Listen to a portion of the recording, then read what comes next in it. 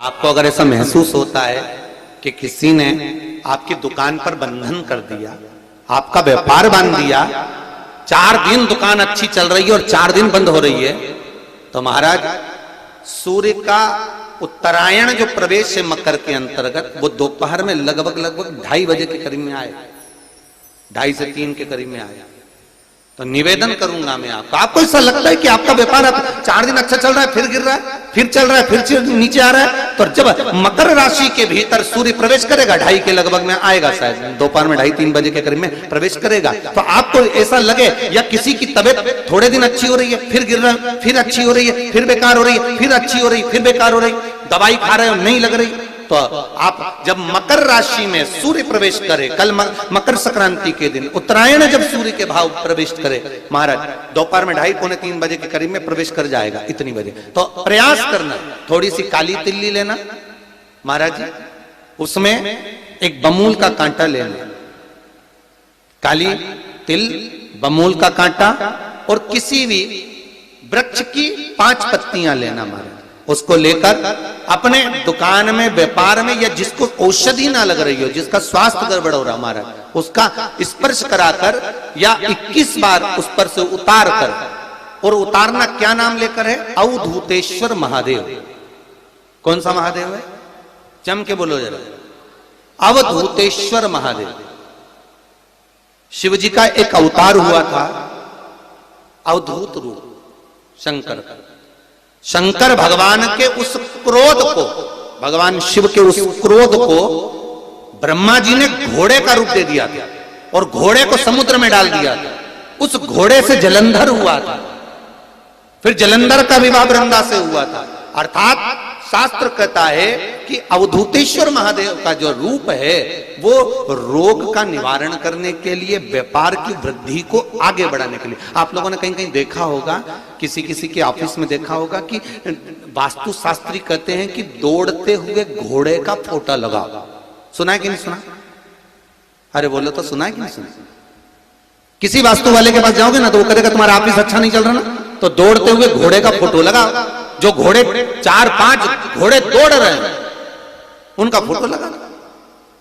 क्यों कहते हैं वो? उसका कारण क्या है? वास्तु शास्त्री ऐसा क्यों बताते हैं कि दौड़ते हुए घोड़े का फोटो? उसका शास्त्र प्रमाण शिव महापुराण करती है महाराज कि शिव का एक रूप अवधूतेश्वर है, जिसको ब्रह्मा जी ने घोड़े का रूप दे दिया और घोड़े का रूप देकर उसको समुद्र में डाल दिया, जिससे जलंधर की उत्पत्ति हुई। तो अगर मान लो, अगर प्रॉब्लम चल रही है, व्यापार में दिक्कत आ रही है, व्यवसाय में तकलीफ आ रही है, या किसी ना किसी रूप में कोई ना कोई कष्ट आपको लग रहा है, तो अवधूतेश्वर महादेव का नाम लेकर काली तिल्ली, वृक्ष की पत्ती और एक बमूल का कांटा लेकर, और आप दुकान में से उतार लो, चाहे शरीर पर से उतार लो, उसको ले जाकर किसी भी चौराहे पर उसको पटक दीजिए। चौरस्ते पर नहीं डाल सकते तो बहते हुए पानी में डाल दीजिए, बहता हुआ पानी ना मिले तो पीपल के वृक्ष के नीचे डाल दीजिए, पर उसको मकर राशि के प्रविष्ट भाव में ही डालना।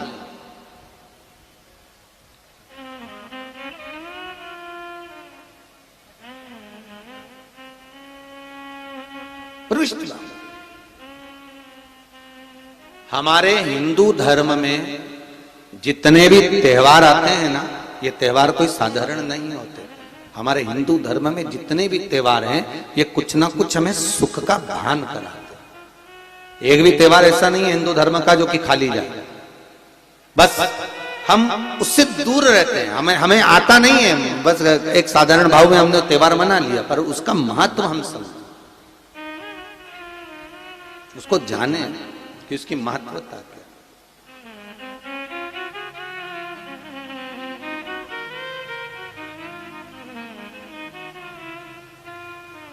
बस हृदय चित्त हो।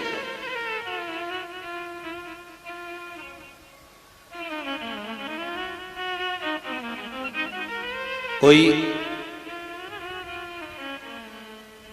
किसी व्यक्ति ने मालूम पड़े कोई भूमि पर कब्जा कर लिया और नहीं छोड़ रहे, तो उसके लिए भी कल का दिन बड़ा महत्वपूर्ण है महाराज। उसके लिए भी कल का दिवस बड़ा महत्वपूर्ण है महाराज। मान लो अगर कोई कब्जा कर लिया हो और वो प्लाट या कोई दुकान, कोई व्यापार की स्थान नहीं छोड़ रहा, तो उसके लिए भी कल का दिन शास्त्र कहता है महाराज जी, शमी पत्र की 5 पत्तियां, कितनी पत्तियां लेना है? 5। शमी पत्र की 5 पत्ती, बेलपत्र की 11 पत्ती। मकर राशि में प्रवेश करते समय सूर्य का स्मरण करते हुए सूर्य पे से 7 बार घुमाकर भगवान शिव का नाम मंत्र लेते हुए, जो शिव महापुराण का मूल मंत्र है, श्री, बोलिए जम के, श्री शिवाय नमस्तुभ्यम। शिव महापुराण के मूल मंत्र का स्मरण कर कर सूर्य पर से घुमाकर शंकर भगवान के शिवलिंग पर जो समर्पित कर देता है और चढ़ी हुई एक बेलपत्र, शमी पत्र उस स्थान पर डाल देता है जो कब्जा नहीं छोड़ रहा, महाराज 6 महीने के अंदर वो कब्जा छोड़कर भागता नजर आता। कर्जा अगर थोड़ा भी है और थोड़ी भी मात्रा का अगर कर्जा है तो उस कर्जे को चुकाने का प्रयास करें, और अगर नहीं चूक रहा तो कल सूर्य जब मकर में उत्तरायण भाव में प्रवेश कर रहा है तो 1 लोटा पानी कलश महाराज उसमें जल भर लीजिए और जल भरकर उसमें 7 दाने चने की दाल के डाल लीजिए।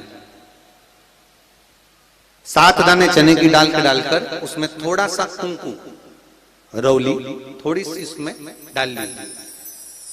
3 शमी पत्र, 1 बेलपत्र उस जल के अंदर डाल लीजिए महाराज, और डालकर सूर्य नारायण भगवान को दर्शन करते समय, जल छोड़ते समय उत्तर की ओर, आपके घर से जब उत्तर का जो भाग हो उस ओर जल का भाग थोड़ा सा छोड़े। आखिरी का बचा हुआ जो जल और बेलपत्र और शमी पत्र है एक साथ जब पूणे तो जितना अपने मन में भाव हो कि हमारा इतना कर्जा है बाबा, वो चूक जाए, या कोई पैसे नहीं दे रहा है उसका भी स्मरण कर सकते हैं कि हमारा इतना रुपया लेना है, और वो जल शमी पत्र बेलपत्र उसी समय पर नीचे डाल देना, उसका छींटा थोड़ा सा अपने ऊपर लेकर प्रवेश कर महाराज।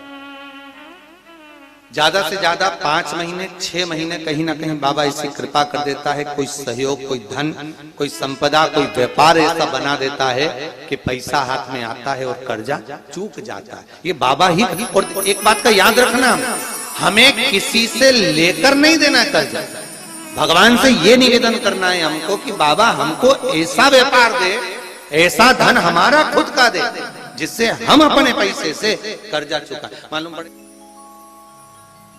कर्ज मुक्ति के लिए कल आप लोग अर्घ अवश्य दें, सूर्य का स्मरण करें, सूर्य देवता का, और अर्घ प्रदान करें। निवेदन एक और है, जिनके शरीर धूजता अर्थात हाथ पैर में कंपन उत्पन्न होता हो, या हाथ पैर में कहीं कंपन का भाव लगता हो, ऐसा महसूस होता हो कि हाथ पैर धूजते हो, तो कल सूर्य को जब अर्घ दें तो उसमें काली मिर्ची पीस कर डालकर फिर सूर्य को अर्घ दें। अर्घ देने के बाद में जो जल आप जमीन पर छोड़ेंगे उसका भाग थोड़ा सा अपने शरीर पर लगा लेंगे जहां जहां पर कंपन उत्पन्न होता।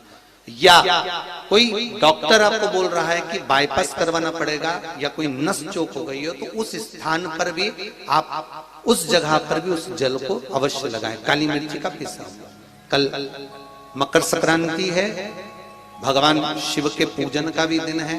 खूब प्रेम से आप खिचड़ी का दान दो, लड्डू का दान दो, अन्न दान दो, पर दान पुण्य संकीर्तन स्मरण करते रहो, और कम से कम 14 लोगों से हर हर महादेव तो कह लो, नमः शिवाय तो बोल लो, राम राम तो बोल लो, कृष्ण नाम तो बोल लो, जितना बन सके भजन। कितनी प्रतीक्षा करते करते करते करते करते करते भीष्म पितामह उत्तरायण का इंतजार करते रहे, कितनी प्रतीक्षा करते करते। जिसका परिवार टूट रहा हो, भाई भाई में झगड़ा हो रहा हो, आपस में प्रेम खत्म हो रहा हो, जहां पर देवरानी जेठानी आपस में झगड़ रही हो, भाई भाई झगड़ रहा हो, प्रॉपर्टी के लिए, धन के लिए, दौलत के लिए, संपदा के लिए, कोई किसी का मुंह फूला है, कोई किसी की मुख फूला हुआ है। निवेदन है, कल मकर संक्रांति के अवसर पर 1 लोटे पानी में काली तिल डालकर और उसमें हल्दी मिलाकर शंकर भगवान को समर्पित करना। और किसका नाम लेकर? जिनसे विवाद हो रहा है, जिनको आप अपना बनाना चाहते हो, जिनसे प्रेम बढ़े, आपस में स्नेह बढ़े, घर नहीं टूटे। मेरा तो निवेदन है, सास बहू के लिए चढ़ा दे, बहू सास के लिए चढ़ा दे, प्रेम बना रहा है, टूटे नहीं, स्नेह बढ़े।